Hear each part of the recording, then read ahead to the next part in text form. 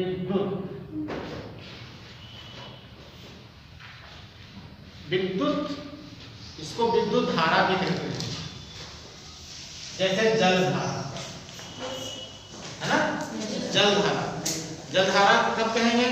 नदी के पानी, जो तालाब का पानी भरा है उसको जल धारा नहीं कहेंगे।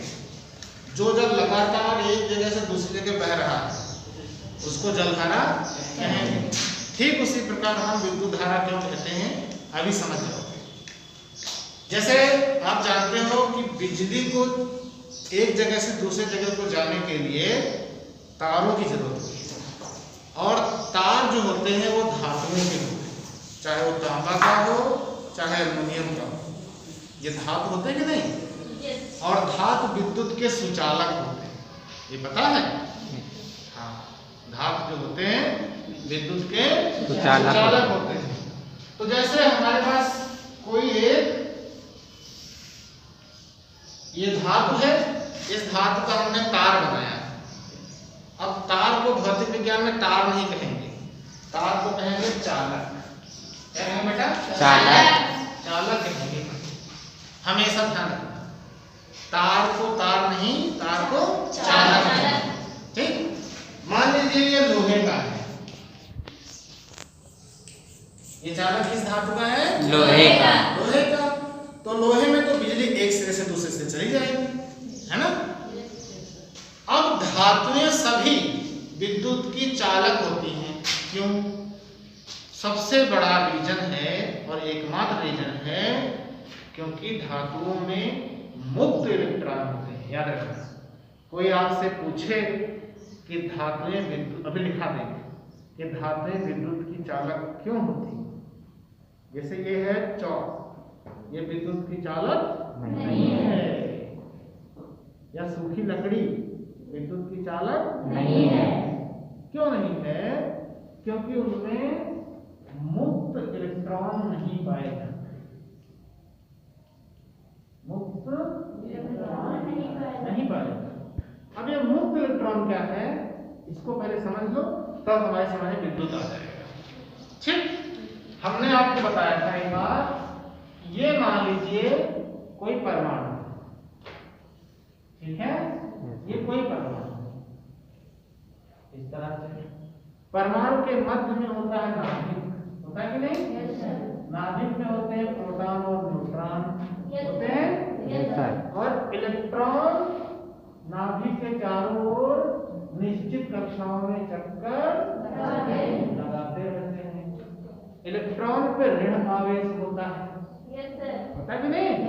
और प्रोटॉन पे धन आवेश होता है।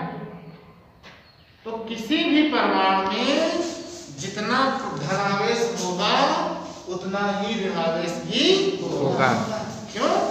क्योंकि किसी भी परमाणु में जितने प्रोटॉन होते हैं उतने ही इलेक्ट्रॉन भी होते हैं। जैसे मान लीजिए इसके पास 5 प्रोटॉन हैं, तो ये पक्का है कि 5 इलेक्ट्रॉन भी इसके चारों ओर चक्कर लगा रहे होंगे।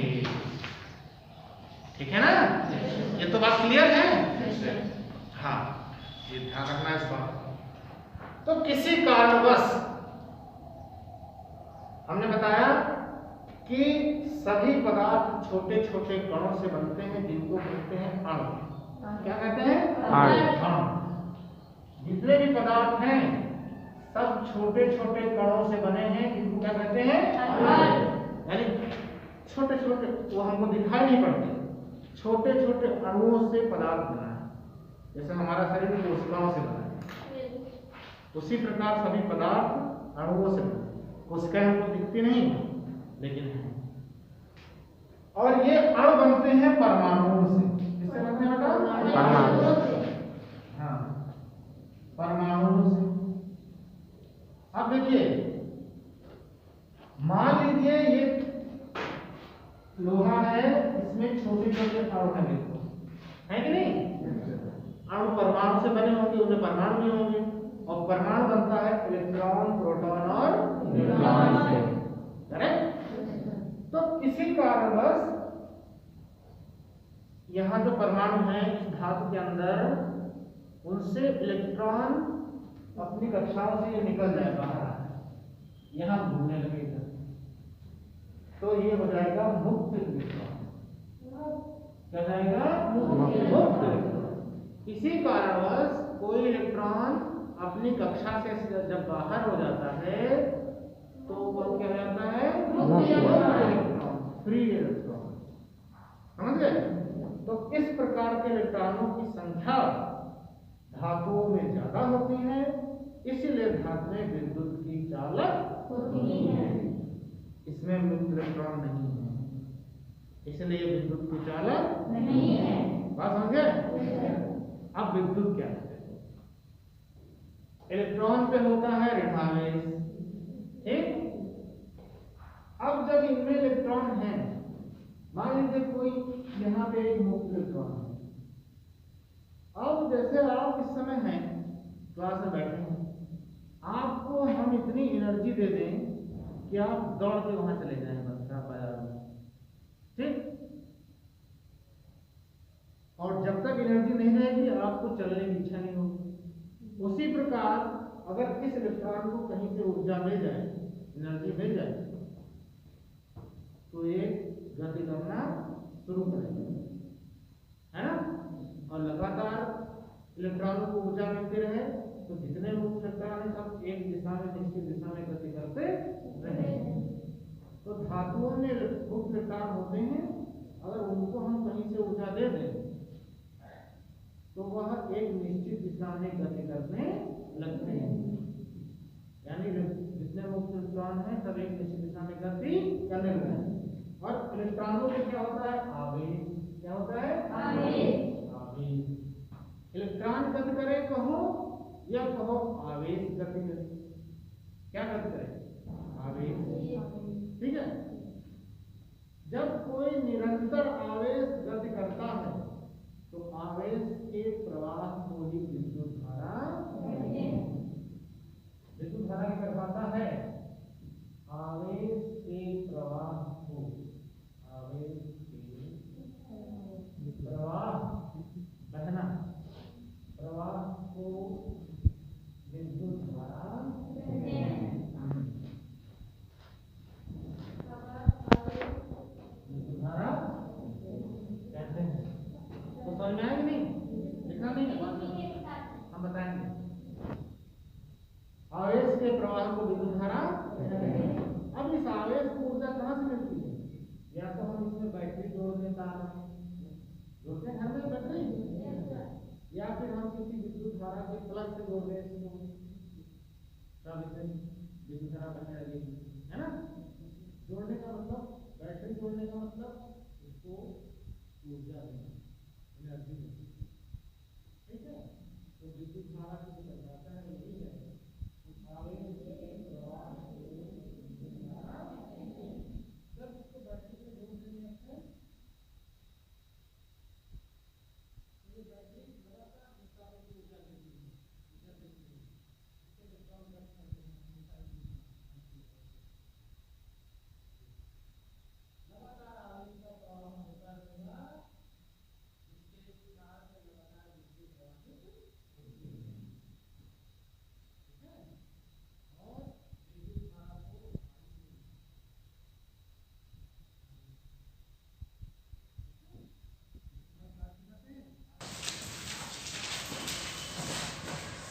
देखिए, विद्युत धारा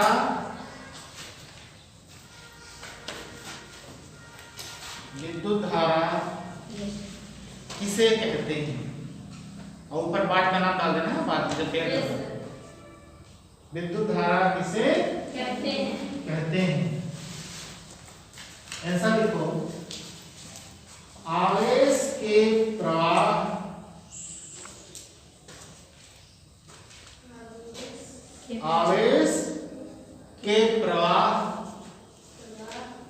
की समय दर को, समय दर, हाँ, समय दर, आवेश के प्रवाह की समय दर, ये समय दर को विद्युत धारा कहते हैं।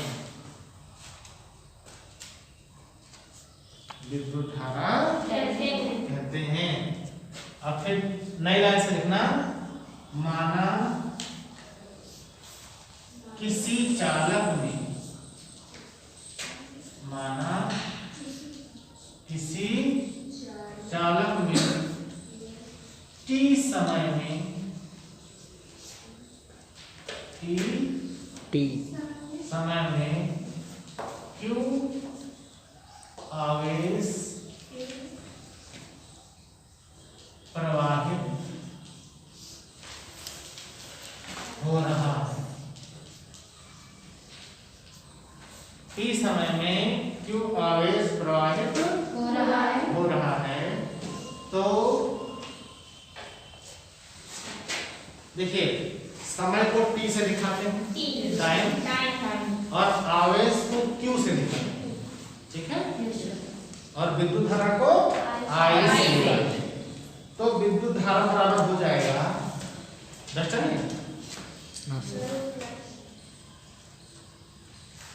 विश्वास नहीं है तो यहाँ लिख देते हैं, यहाँ लिख देते हैं। तो विद्युत धारा बराबर हो जाएगा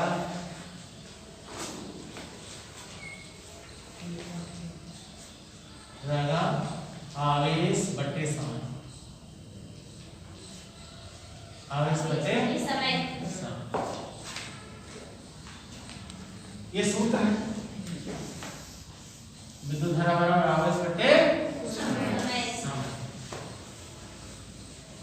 ठीक है। अब इसको, इस सूत्र को ऐसे भी लिख सकते हैं हिंदी में, इस सूत्र को हम संकेतों में भी लिख सकते हैं। जैसे या करके लिख लो नीचे लाइन में, विद्युत धारा को लिखते हैं आई, लिखते हैं। तो आई बराबर आवेश को लिखते हैं क्यू,